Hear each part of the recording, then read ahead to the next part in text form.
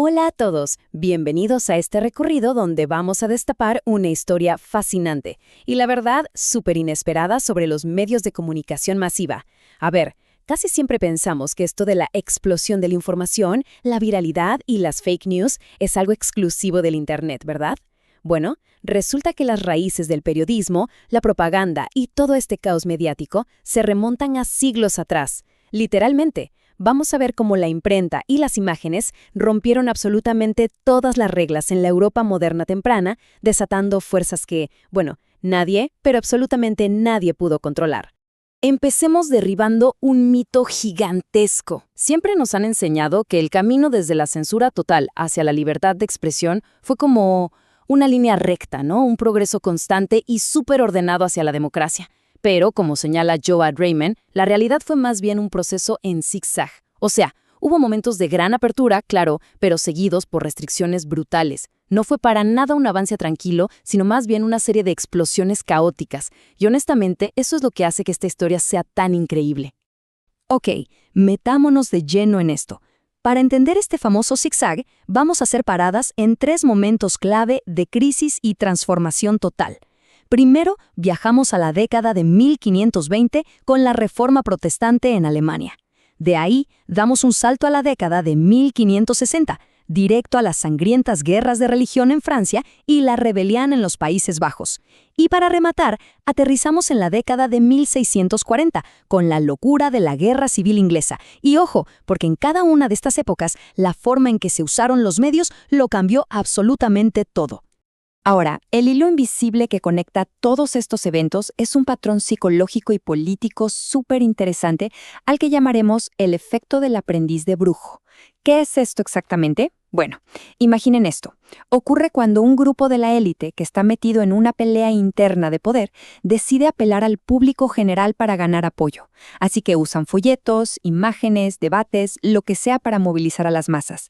Pero, al igual que el aprendiz de brujo del cuento, una vez que desatan todo ese poder de la opinión pública, se dan cuenta de que es imposible volver a meter al genio en la botella. El debate cobra vida propia y se les va de las manos por completo. 100.000. Pensemos un segundo en ese número. 100.000 copias de la Biblia traducida por Martín Lutero fueron vendidas por un solo editor, un tal Hans Luft, en Wittenberg a lo largo de 40 años, en una época en la que los libros eran, literalmente, artículos de superlujo copiados a mano por monjes.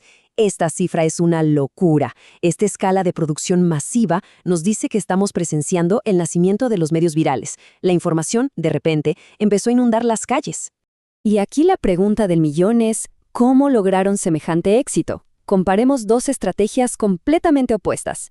Por un lado, tenemos a Erasmo de Róterdam, un gran humanista que también quería reformar la iglesia, pero que escribía en latín. Básicamente le hablaba a una burbuja, una pequeñísima élite académica. Por otro lado, Martín Lutero hizo algo impensable.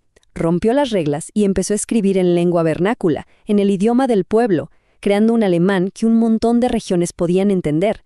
Él quería llegar a la gente común. Y al hacer eso, convirtió a la imprenta no solo en una máquina de hacer dinero, sino en el arma política más letal del momento. Y esto nos muestra algo súper importante. No todo se trataba de leer. En una sociedad donde casi nadie sabía leer, la propaganda visual era sin duda la herramienta perfecta. Fíjense en este contraste brutal en un grabado de 1521 de Lucas Cranach. A un lado, Jesucristo lavando humildemente los pies de sus discípulos, al otro, el Papa exigiendo que le besen el pie. Así de simple. Este tipo de imágenes se saltaba por completo el problema de no saber leer. Era un mensaje directo, como un dardo a la mente de la gente común, atacando a la institución de una forma implacable. Pero bueno, la comunicación siempre tiene estas ironías increíbles. Miren, en un grabado de 1523 vemos a Martín Lutero dibujado con un halo de santo y la paloma del Espíritu Santo encima. Es un poco contradictorio, ¿no creen? Digo, los protestantes odiaban la veneración de santos católicos.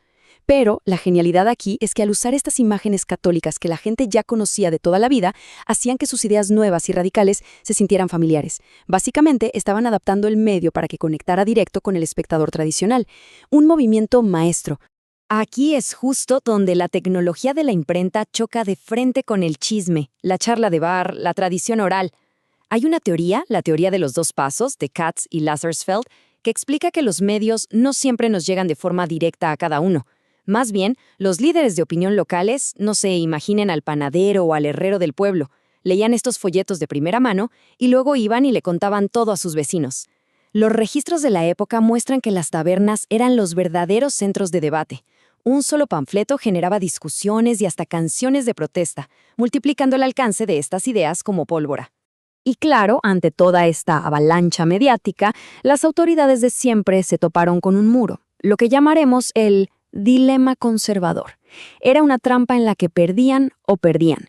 A ver, si la Iglesia elegía la opción 1 y simplemente ignoraba los ataques, la gente iba a pensar, no se defienden, entonces los herejes tienen razón. Pero si elegían la opción 2 y se ponían a debatir en público, validaban automáticamente a sus críticos y, peor aún, invitaban a la gente común a comparar ideas y a pensar por sí mismos. Básicamente, ganar el debate teológico significaba perder el control del medio. De hecho, los intentos por censurar todo esto a veces terminaban siendo hasta cómicos. Por ejemplo, en Inglaterra, el obispo de Londres estaba desesperado por frenar las Biblias en inglés de William Tyndale, así que contrató en secreto a un comerciante, un tal Augustine Packington, para que comprara toda la edición y quemarla. Un plan perfecto, ¿cierto? Solo había un pequeñísimo detalle. Packington era amigo íntimo de Tyndale. Entonces, el dinero del obispo sirvió para que Tyndale pagara todas sus deudas y con lo que le sobró, adivinen qué, financió una edición nueva, corregida y mucho mejor. La censura de las élites, literalmente, terminó patrocinando una campaña viral. No me digan que no es increíble. Bueno, si avanzamos rápido a la década de 1560, vemos cómo toda esta agitación finalmente explotó, y me refiero a una explosión literal. Una ola de iconoclasia barrió con los Países Bajos en 1566. Aquí, el efecto del aprendiz de brujo pasó de ser solo un montón de palabras impresas a una destrucción física totalmente organizada. Los grupos calvinistas, que preferían los textos antes que las imágenes, empezaron a meterse a las iglesias para hacer pedazos las estatuas y los vitrales religiosos. Lo que arrancó con un simple panfleto de protesta se convirtió en la destrucción masiva de los medios visuales tradicionales. Mientras tanto, en Francia, la maquinaria de propaganda se estaba volviendo mucho más sofisticada y agresiva. Ya hablábamos de una guerra política total. La gente contrabandeaba carteles anticatólicos desde Suiza, y fíjense el nivel de audacia, los pegaban hasta en las puertas del dormitorio del mismísimo rey en París. Con el tiempo, los folletos dejaron de hablar de teología y pasaron al ataque personal puro y duro. A figuras como la reina Catalina de Médici le decían de todo, hasta tigresa. Solo para darles una idea del volumen, en una rebelión de nobles bastante corta, entre 1614 y 1617, se imprimieron más de 1.200 panfletos distintos. Una locura. 5.000. Escucharon bien, 5.000 es la asombrosa cantidad de panfletos conocidos como mazarinadas que salieron a la luz en Francia durante la Guerra Civil de la Fronda a mediados del siglo XVII. Y la gran mayoría de ellos estaban dedicados a destrozar la imagen del primer ministro, el cardenal Mazarino. Esta avalancha de información nos deja clarísimo algo. La imprenta, que en sus inicios fue un medio para debatir sobre religión, ya se había convertido por completo en el arma indispensable para pelear cualquier conflicto político en Europa. Sin imprenta no había revolución. Lo que nos aterriza en nuestro último escenario de este recorrido, la Guerra Civil Inglesa en los 1640s. Aquí es donde vemos a la prensa unirse con el teatro callejero de la manera más brillante. Miren la portada de este panfleto de 1641 de Richard Overton. Puso al temidísimo y superpoderoso arzobispo Laud encerrado en una jaula de pájaros. Era una burla visual directa, en tu cara, diseñada para que cualquier persona que caminara por las calles de Londres entendiera el mensaje al instante. A la autoridad ya no solo se le criticaba de manera formal, se la estaba ridiculizando frente a todo el mundo. Y el tamaño de esta locura mediática en Inglaterra no tuvo ningún tipo de precedente. Para que se den una idea, circularon alrededor de 15.000 panfletos y 7.000 periódicos diferentes que terminaron preservados en colecciones de la época. Documentos políticos cruciales se imprimían masivamente para influir en la gente común. Fue en este clima tan vibrante donde gigantes como el poeta John Milton empezaron a escribir tratados como la Areopagítica, argumentando con todo en contra de la censura y sentando las bases modernas de la libertad de prensa. Literalmente, la esfera pública tal como la conocemos hoy estaba naciendo frente a sus ojos. Así que llegamos al final de este recorrido. Pero quiero dejarles pensando en algo bastante provocativo. Durante esta época, millones de palabras e imágenes inundaron el cerebro del público.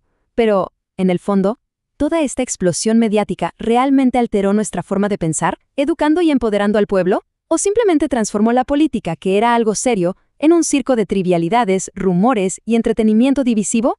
Es un debate que, fíjense bien, nació junto con la imprenta, pero que indudablemente resuena cada vez que abrimos nuestras redes sociales hoy en día. Gracias por acompañarnos a destapar esta historia, y sigan explorando con nosotros.